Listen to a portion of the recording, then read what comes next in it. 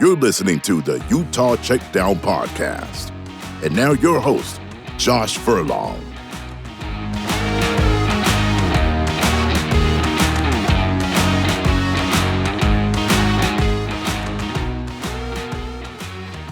Welcome back to another edition of the Utah Checkdown podcast. I am Josh Furlong, and as always, happy to be back again for another week talking Utah athletics, mostly football, but Utah athletics and all the good that comes from that. So let's jump into it. We're gonna talk today a little bit about some of the transfer portal moves that have happened in basketball and in football.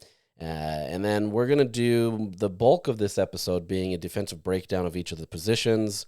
We'll kind of go through each one, talk a little bit about what the coaches saw, kind of what their expectations are, who are the starters, depth pieces, stuff like that. And then on Thursday, we're going to have a special guest. So look forward to that. We'll get 2 episodes in this week, and we'll take care of that. So before we jump into today, let me tell you about our sponsors. Every possibility begins with a spark, and possibility can grow into something even better than expected. With a clear view of what matters most, your possibilities are endless. From its first flicker at the University of Utah, UFirst Credit Union has grown to meet its potential and ignites your possibilities. They've grown into Canyon View Credit Union. Same roots, new path. Welcome to Canyon View Credit Union. Check out the full details at canyonviewcu.com. All right, let's jump into today. So let's start with the transfer portal. It's been, we'll say kind of a busy weekend for the transfer portal. There's a few things that took place here. So let's start with basketball. On Saturday, Utah picked up another commit in Babacar Faye. He's a forward from Western Kentucky. He transfers in there. You maybe remember. There was another Western Kentucky transfer that came in just a little bit ago, and Don McHenry. And so those two are teammates. So you get 2 guys that at least have some chemistry together and understanding with each other that are now in the Utah roster. And so this puts Utah at 11 players. It's hard to call them scholarship players now because we're assuming that the NCAA settlement will go through in the House case.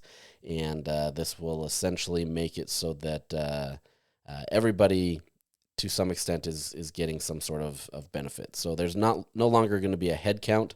It's going to be one where you can pay guys partial scholarships, you can pay them full scholarships, but you can have up to 15 guys on the roster. I've mentioned this a few times, but I want to kind of stress that because it is a change. In years past, Utah could have 13 scholarship players.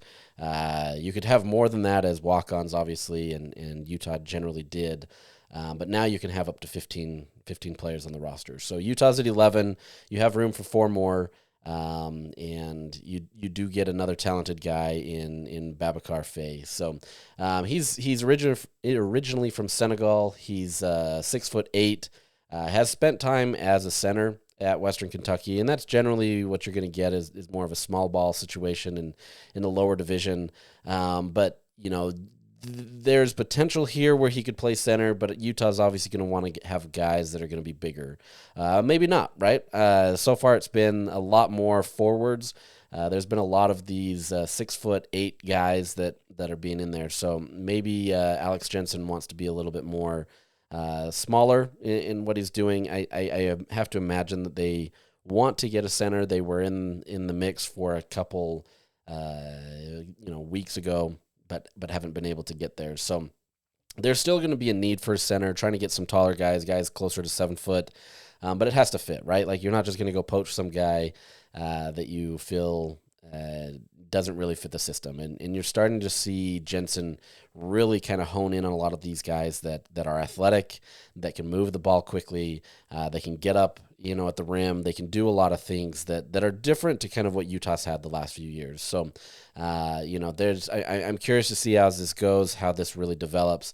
But there's been a lot more athleticism, which was something that Craig Smith had talked about needing from his team.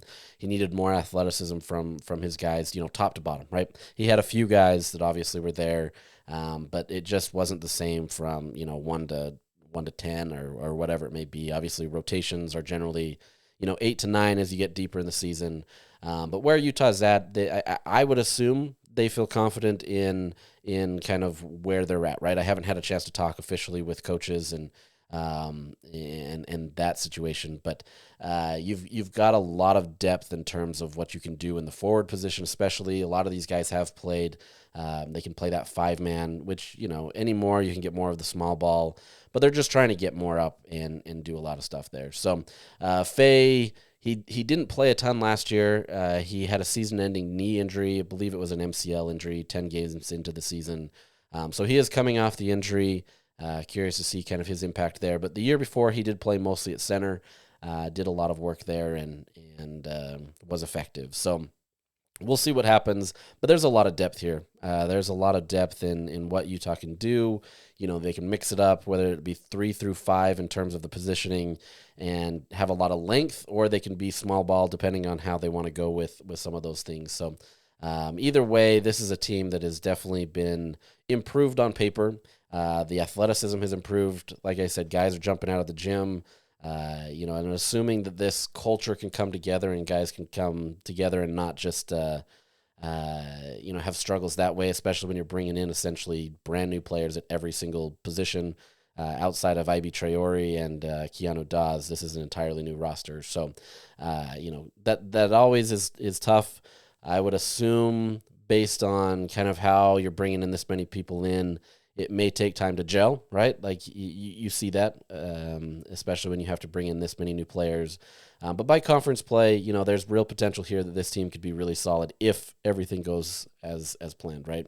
And so I think Utah, once again on paper, is making moves and doing well and doing what they need to. But this isn't just going to be something that Utah comes in and suddenly, because they have more athletic players or they have this and that they're suddenly going to compete for an NCAA tournament. This is not just something that they can easily do. So that's not to say that it's not in the realm of possibility. Utah, in theory, was kind of in the mix until later in the season last year, and so there's opportunities there. The Big 12 obviously is going to continue to get better. There's going to be better talent going into all these programs. And so it's not going to get any easier, right? And so the margin for error here is pretty thin.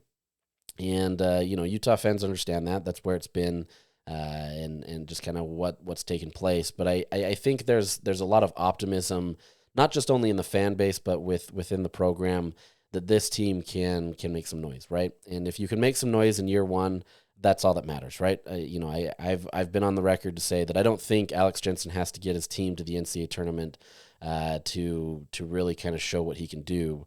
But if you can make some noise, you can be competitive, maybe get one of those first round buys in the Big 12 tournament. I think that kind of shows the trajectory of where Utah can be. And you give him extra time where he's not, juggling time as a member of the Dallas Mavericks, and you get an opportunity to recruit and do all these different things. There's some real potential there. And obviously, if things are going well and the donors are agreeing with this and want to put some more money into the program, all those things help. So it's real easy to kind of sit here right now and say, okay, there's been an infusion of cash, but it's still a wait and see process, right? You've got to go into this understanding that you're not just going to suddenly just pay out a ton of money for a lot of these guys and not understand if it's going to work. So, there's obviously, like I said, those 4 spots that are still available. We'll see how Alex Jensen and his staff decide to round it out. They've been really intentional in what they do. And so it's been a great opportunity for them to kind of fill a roster that works. As I said, center is going to be the position of need. But I think Utah has enough talent in what they're doing that it's not the biggest of concern. It just means you're going to have to play a different style of basketball, right? You're not going to be able to play too much of an inside-out game. You can do that. It's just you're going to have to be more nimble. You're going to have to be change things up a little bit. That's not to say that guys aren't talented enough to be able to play that game. Obviously, we've seen what Keanu Dawes can do. He's 6'8", and he can get in there and mix it up with a lot of these guys, but just is going to vary on kind of how Utah does things. So that's basketball. Football's gotten 2 recruits over the weekend. We'll count today as a weekend. It's not, but you get the point. On Friday, Utah went and got Dylan Battle, a defensive tackle from LSU. This is a 2025 kid. He enrolled early at LSU to compete and decided to leave right after the spring during the spring portal period. And so, this is a young talent with a lot of great opportunities. 6'2", 315 pounds. He actually comes from the high school that Nathan Tillman Utah safety, came from. So these two are teammates from the same class, and so there's already a connection there. But this is a great opportunity, right? This is a guy that was recruited heavily by a ton of SEC schools. You had Michigan, USC, Oregon, Penn State, a lot of these other guys that recruited him, and so this is a talented kid in terms of recruiting, right? We still don't know what that's going to look like coming in this fall because he's young and all that, but I have to imagine that they picked him up for what they project him to be, right? And that could be still this year, right? He could still have some roles here, as we'll get into in a bit. Utah loves to rotate a lot, and so there's a lot of potential there if he can show things, especially in the off season and then going into fall camp. What he can do, there's potential there. So it feels like Utah has done a really good job of adding to that room based on what they needed. It seems like they upgraded in terms of kind of what left, as well as just the youth, right?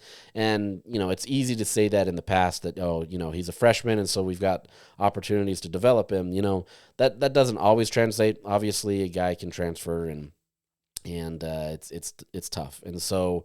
We'll see how that translates, right? We'll see how it goes, but there's not really a lot to learn there because he's just coming out of high school.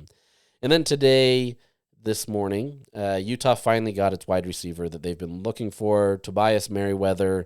He originally committed to Notre Dame and then transferred to Cal, and now he's coming to Utah, part of the 2022 class. This is a guy that has tremendous upside. He's 6'5", 205 pounds, has real potential to be wide receiver one. At Cal last year, he only played in 5 games, had 125 yards for 11 catches. But this is a guy that really could kind of step up in terms of what Utah wants to do, right? They've obviously gone into the portal trying to address the needs, trying to be able to get guys that could kind of fit what they wanted to do, especially losing Zach Williams. You're losing your quote-unquote wide receiver one. That was still more of a projection given that he'd only had 10 catches an entire career at Utah. He was a freshman coming into this year. So, we'll see what happens. But I think Tobias Merriweather was the guy that Utah felt very strong about, a guy that they wanted to be able to have that could be an instant upgrade to their room. They feel like they can hit a home run, quote unquote, with him in that room. And so that gives Utah a great opportunity to be able to have somebody on the outside that can be that deep threat guy, that can be the guy that can be the one that is, maybe the Dorian Singer, so to speak, the guy that can go in there and get the ball, the 50-50 balls. I mean, his size alone gives him opportunities to be able to compete with just about anybody on the outside, and really gives Devin Dampier a great opportunity to be able to just have a weapon at his disposal, right? It's more in Utah's room, just a lot of unproven guys. You do have Ryan Davis, who has proven opportunities at New Mexico, but you need more. At wide receiver, the more you can get, the better. And so this becomes a great boon to Utah's wide receiver room and really helps. There's still one other guy that they're waiting for, and I still believe that Utah would accept this guy if he wanted to commit. Utah does want to get another wide receiver, so this is Dekel Crowdis, a wide receiver from Hawaii, 5'11", 170 pounds. Last year he had 402 yards on 16 catches in 9 games, and so another guy that could do a lot of good work for Utah. Once again, just adding to the depth of that position and trying to make sure that you can bring in a lot of talent. So we'll see what happens there. Outside of that, they may still be in the market for another wide receiver beyond that, but I think if they don't get Crowdis, the chances of picking up another wide receiver are much more slim. Not to say that it couldn't happen, but I think they're not going to go into it just trying to find whatever they can. They want to add depth. They want to be able to add culture guys. They want to be able to find guys that they feel like can compete. So it's not to say that there aren't other guys out there, but I think this is kind of the end of the road with that, so to speak, and among the guys that have either visited or they've had interest in. So that's kind of the gist of that. Outside of that, there is potential that Utah could still add another defensive tackle, maybe potentially add another tight end, given that Landon King left. And so we'll see kind of what's going on. But as I mentioned last week, we're kind of getting to the point where the portal is definitely going to slow down, and you're definitely not going to see Utah being as active, trying to get new guys in just because they've got to turn their attention to the next year. And, by now, some of the best talent is going to be taken. That's, once again, not to say that there can't be guys there or guys that haven't been able to commit yet, but you're getting to the point where Utah is going to start to kind of solidify its roster for the 2025 season, and we're kind of there. So that's partially why we're going to jump into the defensive profile right now. I feel like Utah's done pretty much all that they're planning to do with the defensive side. Like I said, you could still add a defensive tackle, but for the most part, Utah is pretty well set. So with that said, let's transition to that defensive unit. We'll go through each of these positions one by one. I hope not to bore you. I don't want to go into the nitty gritty or into the weeds type stuff. More just kind of looking at where Utah is at in each of these position groups, kind of what the coaches are seeing, where Utah needs to improve, that kind of stuff. So to kind of understand that, though, I want to give kind of a defensive profile from last year. First off, Morgan Scalley, Utah's defensive coordinator, talked about the two biggest concerns from last year were obviously run defense and then taking the ball away. Those were the biggest issues. Utah started out the season really great taking the ball away. They were getting sacks. They were getting, trying to get to the quarterback, doing all that kind of stuff, and then it just kind of stopped. There was not a lot of progression out of those defensive ends, especially. Utah really struggled to kind of get anything going in that regard. Run defense was very porous, even though we'll get into kind of where they ranked, but it was porous considering where Utah has been, and there was a lot of issues there. And so there was just kind of, I would, I don't know if I'd even say that some of the offensive struggles kind of translated to the defense, but I think Utah just really couldn't get its footing in either one of those areas, right? They weren't able to get takeaways. They weren't able to really create havoc plays, those plays that really are disruptive. And as part of that, you weren't able to be good in the run defense, right? There was a lot of missed tackling. Man, that was rough. If you could add a third one, I bet you would talk to Scally and he'd say tackling was a big issue last year. So, those are kind of the two issues that he was focusing in on coming into this spring ball. And it's not a surprise, right? Like, it's not something that everybody's like, wow, where'd that come from? But as part of that, he was asked at the end of spring, do you feel like you've been able to adjust well to the Big 12 offenses now that you've had a full year? And his response is really the same that it was going into it. He says there's not a lot of changes, right? There's not a lot of differences, and it's not like the Big 12 universally had one set offensive game plan that everybody was utilizing, right? It's not like, okay, this is how every team is doing it. There's a lot of differences. And so as part of that, with the transfer portal, he says there was a lot of changes just year over year with everything, even in the Pac-12. He specifically mentioned, 1 year there was pretty bad QB play, and then it went to elite the next year, right? The transfer portal gives and it takes, and these things can change. And so there's going to be an expectation there for the Big 12 as well, where things are going to change. But as part of that, he feels like Utah's defense has a ton of versatility, especially in spring, that they were able to not maybe negate it, but maybe prepare for all types of defense or offenses better, just simply with kind of the offering that they have on the roster. And so they feel like they've done well. They feel like they've been able to effectively prepare for a lot of that stuff. But Morgan, just listening to him, he doesn't seem too concerned by any offense that is being presented in the Big 12. It's easy to kind of hear him say that and see some of the results on the field, but I don't think that's a situation of scheme. I think that was more just a situation of guys not being able to do their job or not really buying in based on, I wouldn't say buy in, but they weren't able to kind of produce at the highest level that they wanted to, especially with how bad the offense had been. You're on the field a ton.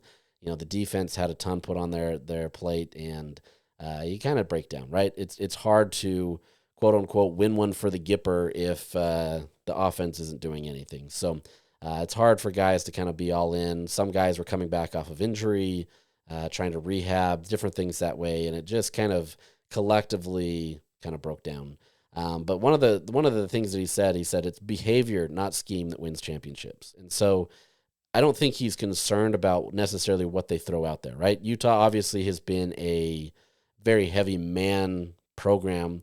They utilize some other concepts, but they try to be the physical team. They try to be the physical defense that goes out there and plays smash mouth football, on the defensive side of the ball, and really just makes people feel them. And so that's great, and that's part of the scheme. But like you said, it's the behavior. It's understanding what you can do and having that confidence, being able to know that you can do what you need to do.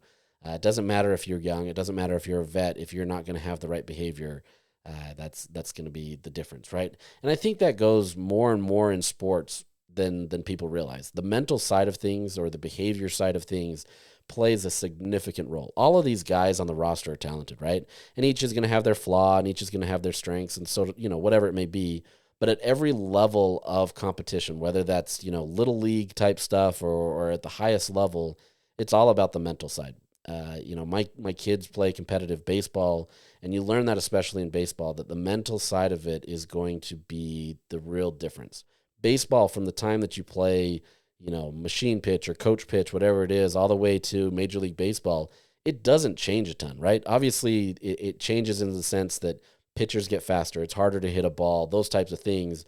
But the fundamentals that you learned, at T-ball, not T-ball, we're not going to go there, but, at those early ages, those translate all the way to Major League Baseball. And there's a lot more that goes into that, obviously. But it definitely is more of the mental side of things and having the confidence to understand that you can do it. You still have to have the talent, but you have to be able to have the confidence and the ability and the approach, the mindset, so to speak, to be able to get there. So I think that's where Scally's really trying to approach that, where he's really trying to kind of hone in on all that, right? Utah can be a great run defense team. They can get takeaways, but when you start disbelieving in yourself, that's when, you start having issues. Obviously, if guys are injured, that limits things and different things happen.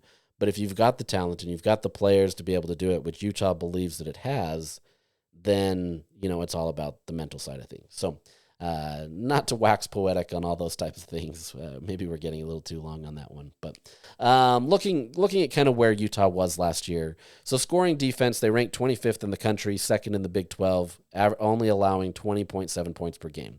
I think, we talked about this a lot last year of how frustrating that was for Utah, particularly knowing that Utah, even though it still wasn't one of their better defenses, still limited teams enough that Utah could have won. I mean, the fact that you're limiting teams to 20.7 points per game, that's 3 touchdowns. Utah can't get 3 touchdowns on the offense, really kind of showed where the struggle was, right? In terms of losing the actual games. Utah's defense did plenty to be able to get them into these games, and yet they still couldn't find a way to win games. So that's more on the offensive side.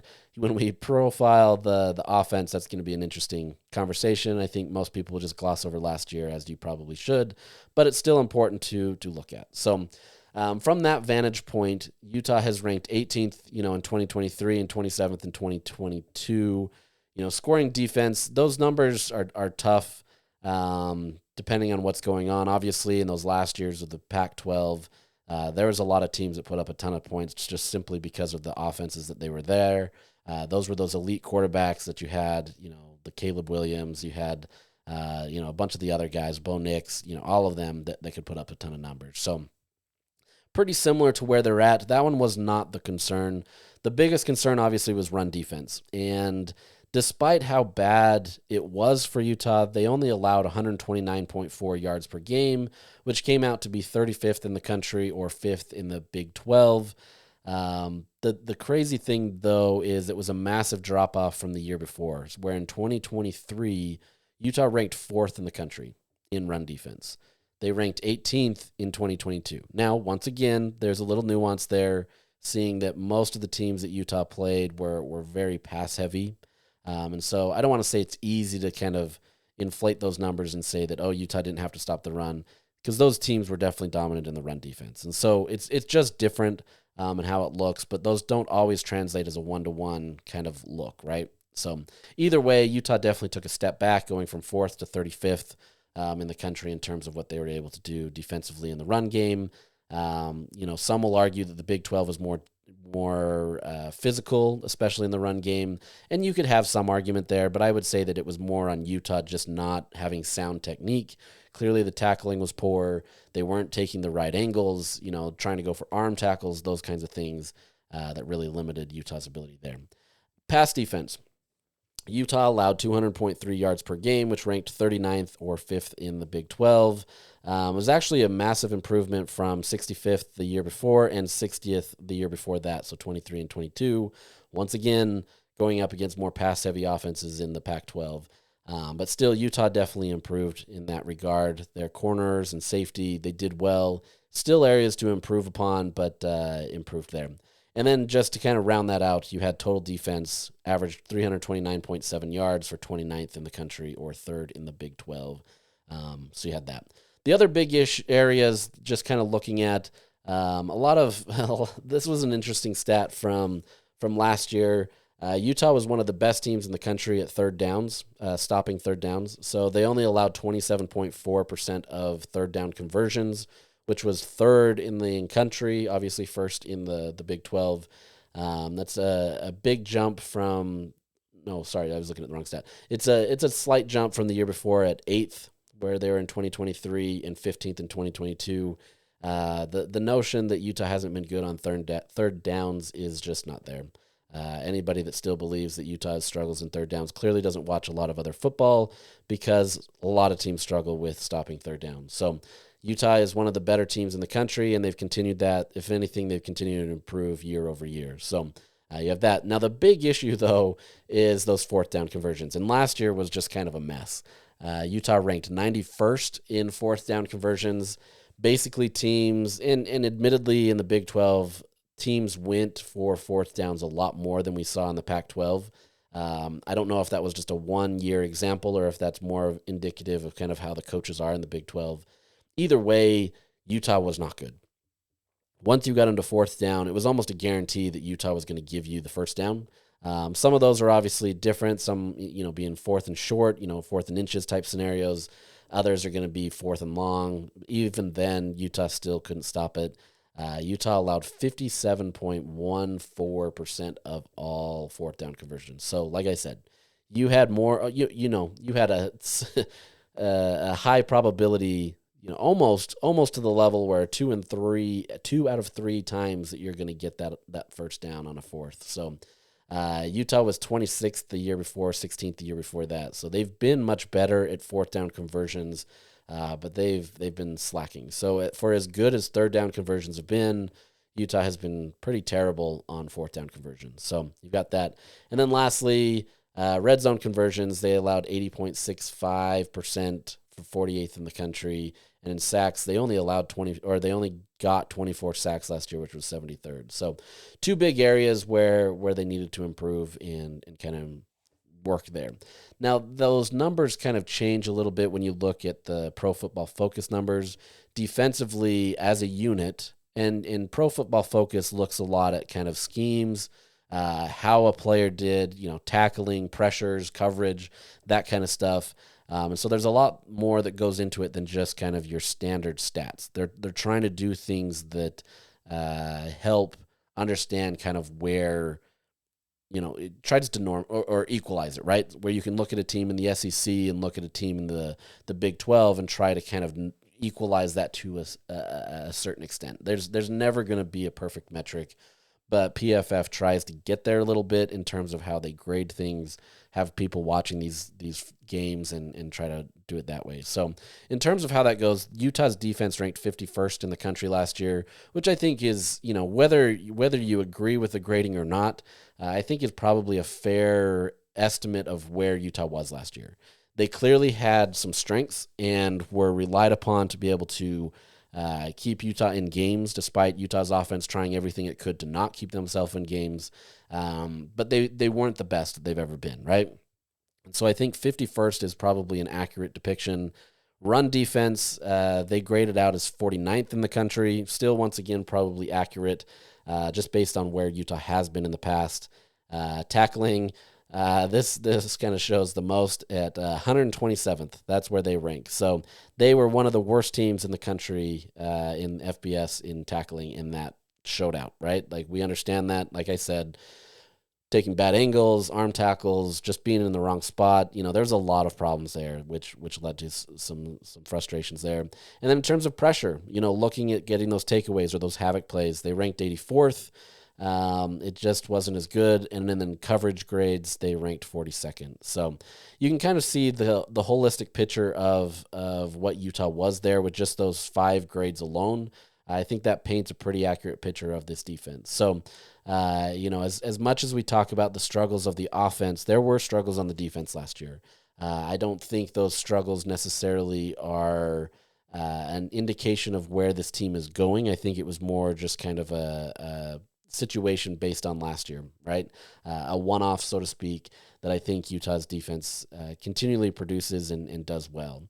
And I think there's the way that they've built this roster, which still has a lot of consistency. There wasn't as much turnover, obviously, on the defensive side of the ball as there was the offense, but there's a lot of improvement, and you're getting a lot of guys that are maturing in the program, that are taking on the opportunities where they can see kind of the future.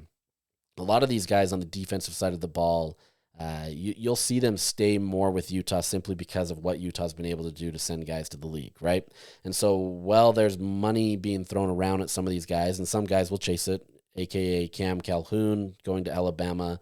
There's obviously been some other guys, but that was the first name that stuck out to me. There's opportunities here to project yourself in Utah's system and stay there, knowing that the end goal is to get to the league, and Utah has done a fairly good job of being able to do that. So that's kind of your defensive profile, just looking at last year. I'm sorry for all the numbers. I try not to get too many of that because I can see you glossing over right now and you're bored out of your mind. But we're going to go break down each position using that as kind of the background, right? And so we'll start just kind of at the front. We'll start with the defensive tackle position. This area obviously is one that just doesn't have a ton of depth. That's not to say that there aren't frontline guys that are experienced. This is an area where, for as much as there can be concern in the terms of depth, Utah is pretty solid, right? If I could grade these, and I'll try to grade these somewhat, I would say this position group is maybe at a B-, and that may be too low. But I think I'm grading that mostly because of kind of the depth that they need, right? You have guys that have been injured. You have guys that haven't had as much experience as others. Just quite honestly, it's just a young room. So the talent is there. It's just a question of kind of what you can get out of it. So your projected starters right now, with the caveat here, especially at defensive tackle, defensive line. I mean, really a lot of these positions on the defensive side of the ball, there's a lot of turnover and there's a lot of guys that are kind of being thrown into there. So, sometimes this isn't exactly a perfect science, but you understand. So the projected starters here would be Dallas Vakalahi and Aliki Vamahi. Aliki Vamahi has obviously been in the system for a long time. He's the most veteran player on that side. He's got a lot of experience. The biggest thing that's held him back is simply injury. And so if he can stay healthy, Utah really likes what they've got with Vamahi. He's got a lot of talent. He's one of the higher graded guys on that line in terms of Pro Football Focus grades. He can be a disruptor. He clogs the gaps. It's exactly what he needs to do. And so if he can maintain that ability to be able to just stay healthy, I think Utah's going to be okay with him. Dallas Vakalahi really started to come on at the end of last season. This is a guy that's been coming through the system, coming off of a mission. It takes a minute to kind of get into it, but really showcased his ability to be able to get in there and just be a disruptive force.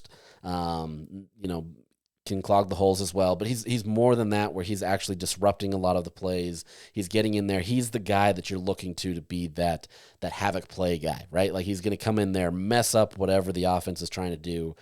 He really kind of showed what he was able to do. In terms of PFF grades, he graded out on the defensive side as a 67.8, so definitely room to improve, but he was actually one of the more consistent players in terms of like all-around grades that were pretty similar, right? So there's not a lot of drop-off in his game in terms of one area versus the other, whether that be coverage or, not that these guys are in coverage a ton, but you've got coverage or pressures or tackling, those kinds of things. He's pretty consistent in all of it. and he's taking on a bigger leadership role, according to Luther Ellis. He's getting in there. He's looking more comfortable and kind of understands who he can be in this system and has really bought into that.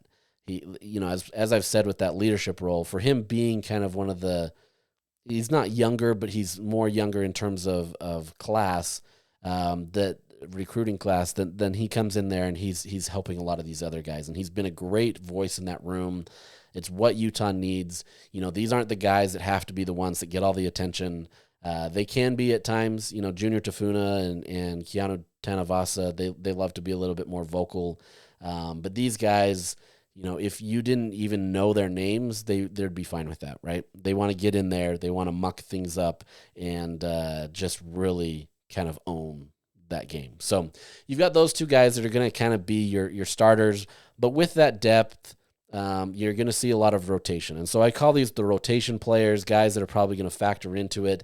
And with that said, there's a lot of these guys that can kind of be thrown in there. And so some of those rotation players, Jonah Liea, he's really come on strong. You could honestly list him as a starter as well in terms of kind of where he's at.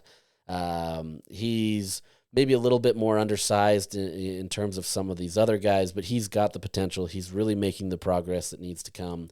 And so you can factor him in there, kind of opposite of Dallas, kind of taking, splitting reps with Aliki Vamahi in kind of what he does. But then you also have freshman Carson Kafusi, who comes in with, the spring portion. Luther Ellis said he has the size, he has the pedigree, he has a good understanding of what he needs to do. This is a guy that has really made a lot of progress in just one spring period, right? And so there would not be a surprise to see him factor in the game at all. This is a guy that can easily get in there and mix it up. I wouldn't at all be surprised if you saw something like Dallas Vakalahi and Carson Kafusi starting some games, right? I think that's how good of a spring he had. Obviously, there's a lot of maturation that needs to go through in terms of just understanding what it is to be a D1 player, but he's got all of the measurables and everything to be able to be good. He's got the pedigree, like Luther Ellis, said that make it work, and he's been able to show that. So really fascinating to see what happens there, but he's got all of the talent and ability to do it, and I can only imagine it gets even more in the off season where he gets to go through more strength and conditioning, gets more comfortable with the situations and understands that. And then you throw in Dylan Battle. This is that freshman that Utah picked up from LSU. I'm putting him in as a rotation player simply because I think his size and his talent and kind of from what I've seen from the LSU side, that kind of showcases him as maybe an early contributor. I think he's probably more at the end of that rotation, and there's going to be guys even in my depth area that I think could overshoot him. But I think based on kind of where he can be in terms of what he's done already at LSU, which is nothing, right, at spring, but I think his measurables and just kind of what he can do to buy into the program shows that Utah could potentially have something with him. So you've got that. In depth pieces, you've got Mike Tatuoli. He was a former walk-on who just got a scholarship offer this after the spring. They awarded it to him. And then you have Sione Matuapuaka, who is a freshman, come in, who has some ability as well, just young, right? Once again, similar thing as Dylan Battle.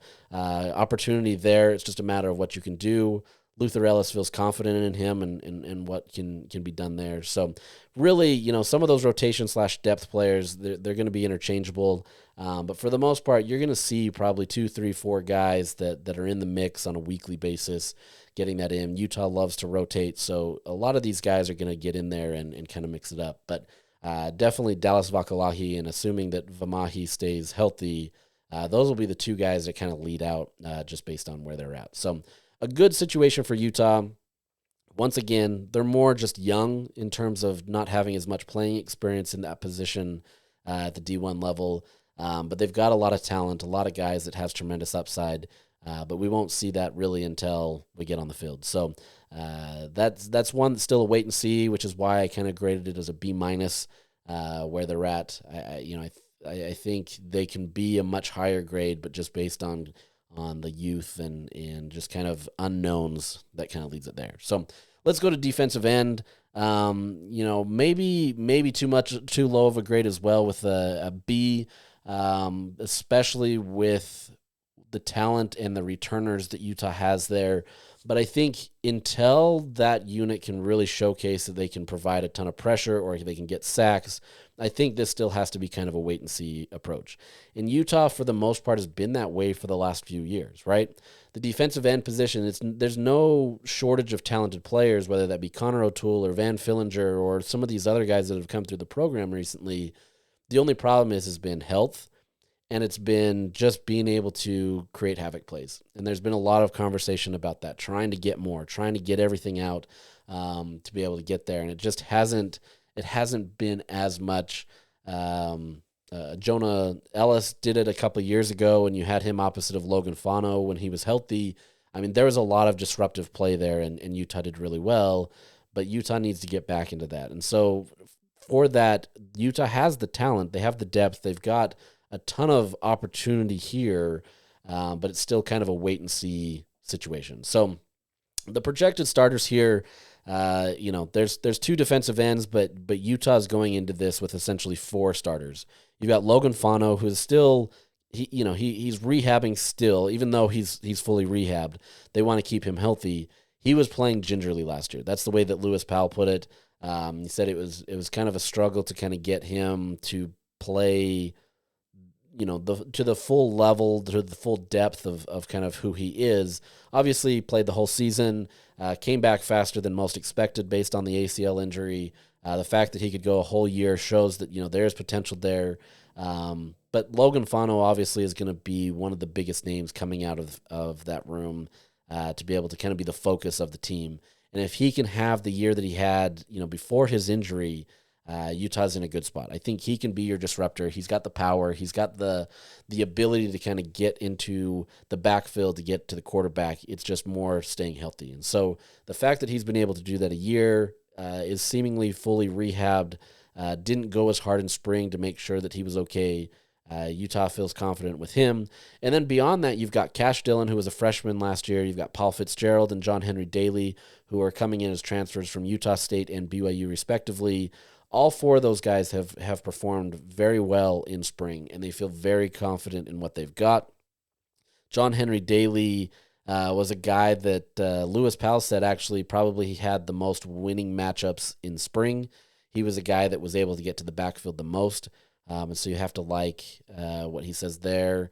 Powell says Henry Daly and Fano probably have the most power out of all of those guys. But we've heard Cash Dillon's name a ton last year. We're hearing it in spring. Paul Fitzgerald, he's one that's in there as well. Obviously had a disruptive season his freshman year at Utah State. Kind of got pushed back a little bit with the depth that Utah had last year.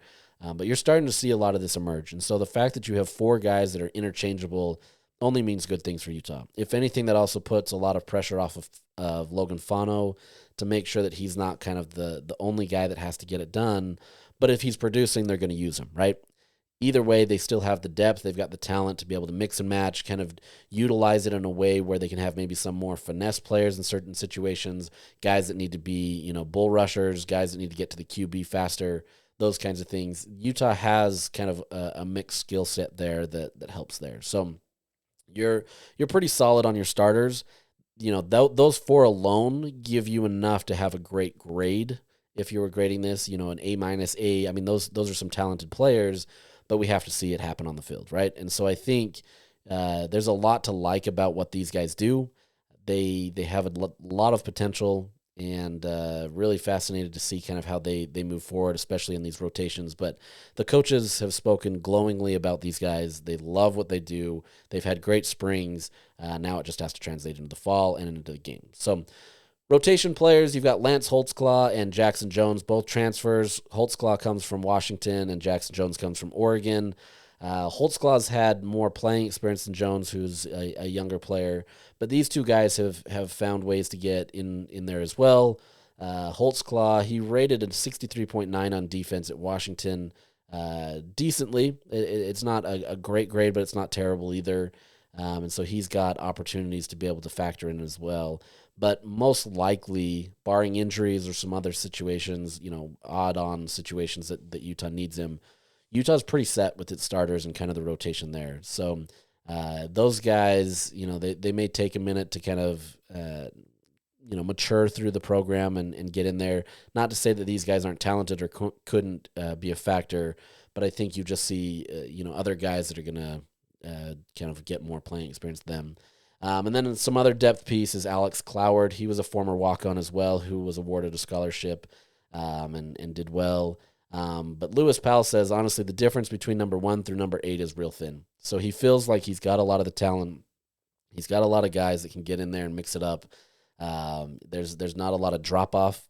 And it's easy to say that in spring, but I think they truly believe that and feel really confident in what they've got there. So, that's another great position. I think Utah's defensive line, for as many questions as there are at the defensive tackle position, this whole line is loaded with veteran players. It's got a lot of talent. They have the ability to be able to get into the backfield. If they can stay healthy and they can continue to progress, there's a lot to like about what this defensive line can do. They can create those havoc plays. They can get to the backfield, and Utah could potentially get back to where they need to be in terms of stopping the run. They can get in there and create those havoc plays and get to the quarterback, get some sacks, turnovers, whatever that may be. And so this is a good unit. I don't think there's a ton of drop off here. It's just more guys that are young. So we'll see there. Now let's move on to linebacker. Linebacker is a great position. Utah is really well set here. I have him listed as an A-/B+, simply, based on there still needs to be some improvement. There still needs to be some opportunities for better run defense, being able to take better angles, that kind of stuff. But you're getting a very veteran unit here with your starters in Lander Barton, Jonathan Hall, and Levani Damuni. Those are going to be your starters, right? Levani Damuni, he's going to be probably, if Utah doesn't utilize the nickel, they'll have 3 linebackers in there. Those 3 would get there. But the 2 starters, if you're just going with the 2 linebackers, are probably going to be Lander and Jonathan Hall. Jonathan Hall has had a phenomenal spring, had a great fall, really has improved his ability, and there's just no denying what he's able to do. And so you put him and Lander Barton in there together, and that's a great duo that can do a ton. But you add Levani in there as well, as whether that be a backup role or put him in as a third linebacker. Utah's in a great spot in terms of veteran play. Levani is obviously a very brilliant guy. He comes in from Stanford, got injured 2 years ago and wasn't able to play at all last year. Just honestly has been in the program or in college football for a long time, so there's not much he hasn't seen. But to have him as kind of that third guy / first backup is a great spot for Utah. So Lander Barton last year, despite some of his struggles, and he'll be the first to tell you, he wasn't at full capacity in terms of coming back off of his injury. It was noticeable and it was frustrating to him. But he was a guy that still finished as the 5th best player on Utah's defense in terms of PFF grades. He got a 72.2, which is good. Obviously can be improved, but he was one of the best returning guys on the team. He was the best run defender in terms of grades, but he's taken a big step. His leadership has grown a ton, Colton Swan said, and he said he's actually in as good a form as he's been since he's been at Utah. So I think Utah is very high on what Barton can do. They didn't really want to play up last year that he wasn't fully healthy, but he is fully healthy now and kind of in a good spot. Now, with that said, to be the player that everybody is projecting him to be, this is a guy that absolutely has NFL talent, obviously has brothers in the league. He has the mindset, the work ethic to be able to do it. He has to take those strides, right? It's easy last year to say, injury was kind of limiting him in what he does, but if he can't make those necessary strides this next year, he's still a great player, but his prospects at the future, in the NFL, I don't want to say that they're not happening, but they're just diminished a little bit, right? This is still a guy that there's a ton of upside for. He absolutely could be a day 1, day 2 type draft pick. And so I think Utah is very mindful of kind of who he is and trying to get him to be kind of the leader. He'll also be the leader of that defense and is expected to have the green dot. That's the defensive communication in the helmet. And so he's going to be out there letting everybody know. But as part of that, I think Lander is more effective if he can just free reign within the boundaries, right? Like, he's just instinctual. He understands the game. And if you can give him that opportunity and give him that with more of a full year of understanding that, it makes it easier. Karene Reed was great at that last year. He had the green dot. And then when he got injured, other guys had to mix it in. Barton was one of those guys, and it just kind of changed. But now that you have a full year of that, he's taken on a strong leadership role. I think there can be a really solid season for what Lander can do this year. But with that said, Jonathan Hall is not some slouch. He has had a phenomenal fall. He's had a phenomenal spring, and he's a guy that is going to absolutely mix it up and get in there. He changed positions last year from safety to linebacker, kind of begrudgingly. I think he's bought into it now, but he really wanted to play safety, and now he's grown into this role. He loves it. He's really got a lot of confidence in himself, and he's playing really smart. So really curious to see his development this year, because I think he's an up-and-coming talent that Utah feels really excited about. And the fact that you have he and Barton together just really shows kind of what this linebacker core can be. Like I said, you mix Levani Damuni in there, who's coming off of injury, is older in age in terms of kind of how long he's been in the program, but you've got a lot of talent there. Now, in terms of rotation players, Trey Reynolds, he kind of gets mixed in there as well as a linebacker, so he's kind of a quasi-starter. He's had a lot of opportunities in the program. Colton Swan said he's also grown in his leadership role, is really taking on a different role this year and really helping guys. When you start, like, we hear this a lot with, this guy's taking on a leadership role. Sometimes it's easy to gloss your eyes over and just say, like, okay, we get it. Like, he's an older guy. But those guys that really mean it, right? Like, it's more of an indication of kind of how they understand the game. When you start feeling like you can help everybody else, whether it be younger players or other people, it's kind of an indication that you are not thinking as much, right? In the terms of in the game. When you think as a football player, you're toast. If you have to think about where you need to be, you've already lost. A lot of it has to be instinctual, but a lot of it also has to be you've seen this so many times that you just understand how it goes. Those players that become that level, those are going to be your most successful players. And that's where guys like Trey Reynolds or Lander Barton or Jonathan Hall, that's where they're taking that next level, right? They're becoming more leaders in terms of they're becoming more coaches. They're becoming those guys that, Colton Swan can go out there and preach, hey, you've got to do this. You've got to have this technique. You've got to do that. It's real easy for a guy to say, you know what, I don't really care. I'm not going to do it. But when you have your teammate doing it, it changes it. Now you have to kind of live up to those expectations. And so you're starting to see a lot of that, and that's why this position group especially, there's a lot of optimism about. So Trey Reynolds, you can throw him in there as well as a projected starter, even though he's more a rotation guy. He'll get his opportunities, but he's not going to get as many as the guys that I've mentioned. And then Kenai Lopes, he's had a lot of success growing in the program. He's coming along very well, and there's a lot of optimism there. But he's probably more kind of down the list, maybe more of a depth player. But I think he's been talked about enough to be kind of in that rotation player area. In terms of depth, Utah has Moroni Anai, Elijah Ellis, Cyrus Polu, Christian Thatcher, and Madiaki Hilu. He's coming off of a mission, so that's going to take some time. But Colton Swan specifically talked about Elijah Ellis and Cyrus Polu as two guys that they project a lot from them. They've made tremendous strides, especially Elijah Ellis. Weird that an Ellis is going to make tremendous strides in football. But you've got those guys that are more depth pieces, but there's a lot of projections there for where they can be and a lot of opportunities for them. So Christian Thatcher, a 4-star linebacker coming out of high school this year. It's more just kind of getting him into his role as well, and give him 1 year in the system, and I think Utah really likes what they've got with him as well. So a lot of opportunities here at linebacker, and it's going to be a really solid spot. Got 2 more position groups. Let's go with the corner/nickel. your projected starters here, Scooby Davis is locked his side up. He's going to be good. He's really kind of owned up his area on the field and has really taken some strides. But like many of these other positions on the defense, there's going to be a rotation. And so as much as you've got, 2-3 guys out there as a corner, there's going to be a lot of rotations. You want to get at least 4 to 6 confident to make sure that you're okay.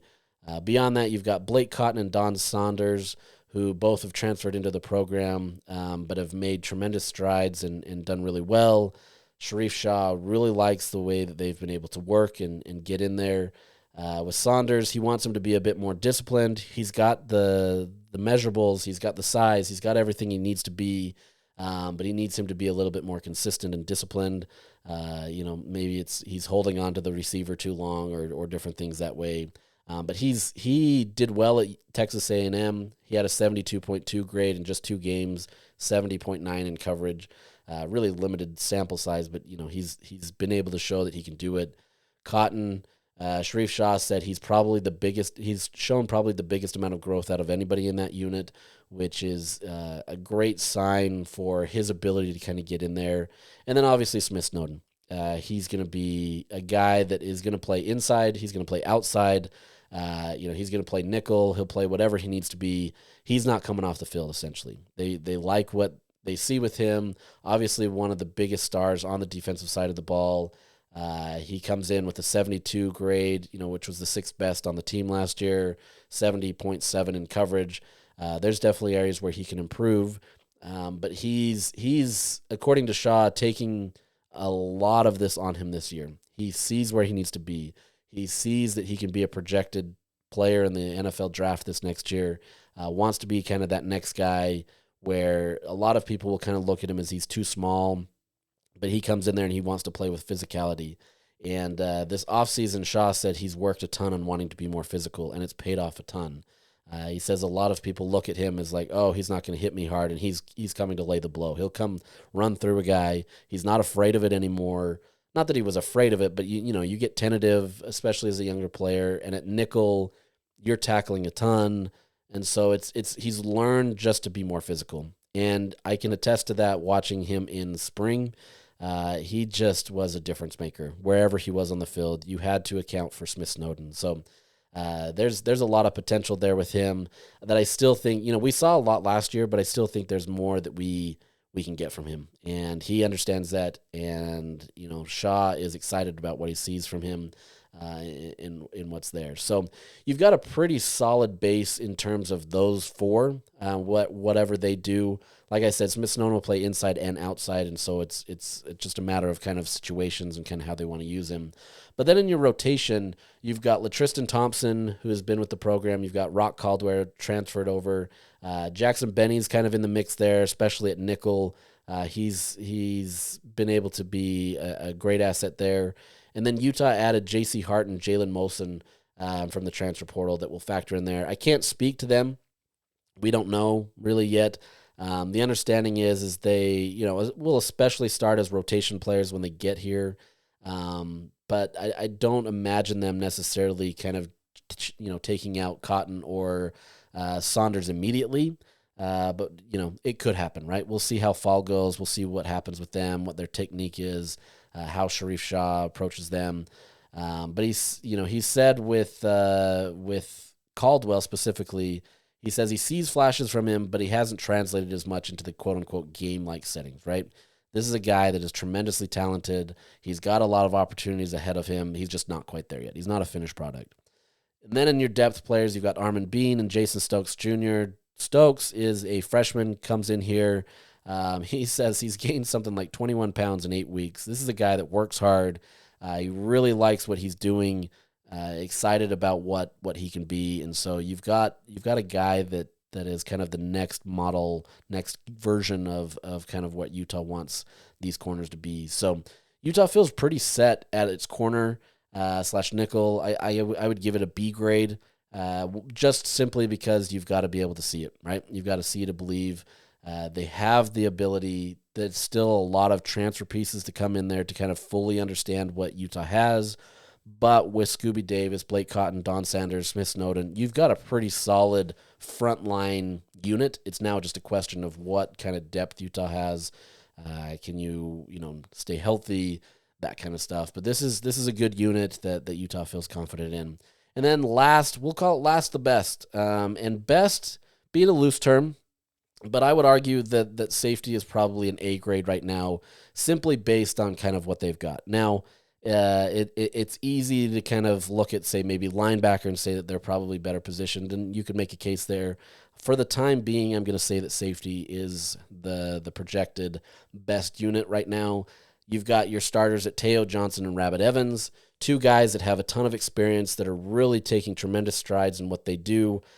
Still have some areas of growth, but for the most part, these are two players that you should feel really confident in coming in for Utah as your two main starters. There's Nate Ritchie that can factor in there. I'm putting him as a rotation player, but he can kind of be your third guy. But you've got those two. Scally says he feels very confident in his starters. He still wants them to gain more confidence, but this is a good group. Teo Johnson, he graded out as the second best defender last year at 82.5. Ton of potential there, ton of production there, and an 85.0 grade. So, I mean, he's clearly one of the best guys on the roster, has a lot of potential, can hit hard. He plays great in coverage. Maybe needs to take a little bit better angles in tackles at times, but if he and Rabbit, or, throwing Nate in there as well, if they can get a chemistry, I think you're going to see a lot of opportunities between these players that really help Utah in that backfield. And then Evans, he graded out as a 73.1 last year, which is the fourth best, 79.2 in coverage. I mean, these two have been great in coverage and in just being able to stop, which is what you need for your safeties, right? They're the last line of defense. You can't let anybody past, and they've been able to do well. Beyond that, Nate Ritchie continues to make progress, right? I think since his freshman season before serving a mission, it's been kind of up and down for him.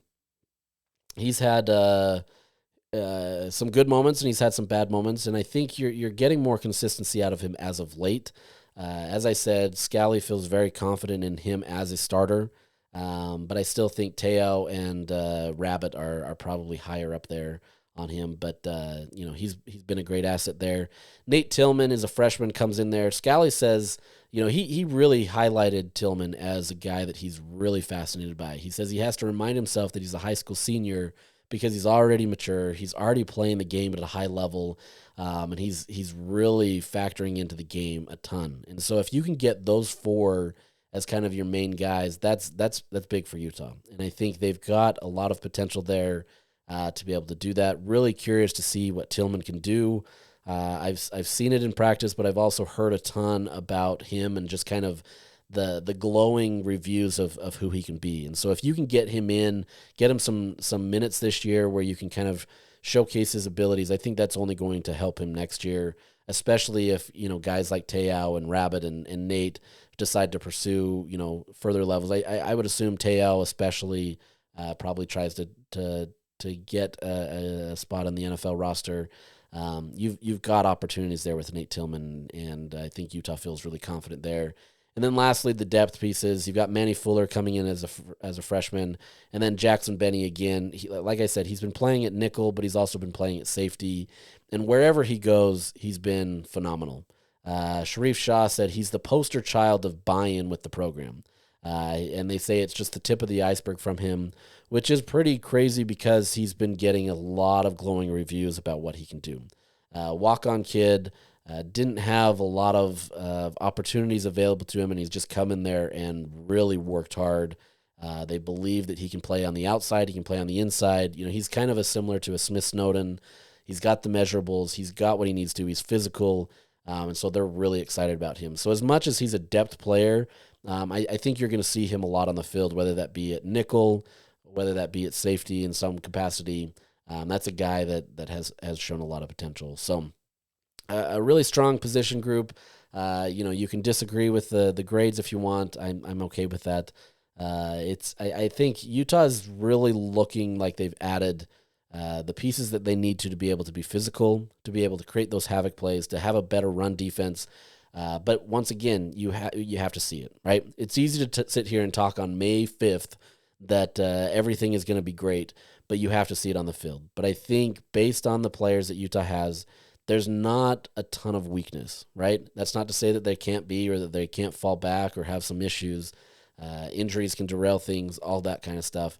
But I think Utah has absolutely done enough in the transfer portal as well as bringing back enough guys that they should feel really confident in what they've got. So that's it from the defensive standpoint. Probably went longer than I was expecting, but I hope that helps, right? I hope I'm not just boring you to sleep, and by the time you finish this podcast, you didn't learn anything. But I hope that you understand where Utah's at, kind of see the confidence that the coaches have in different players or position groups, kind of where the weaknesses are. So with that, we'll catch you another time. And as I said, we have a special guest on Thursday, so stick around for that, and we will catch you then. Have a great day.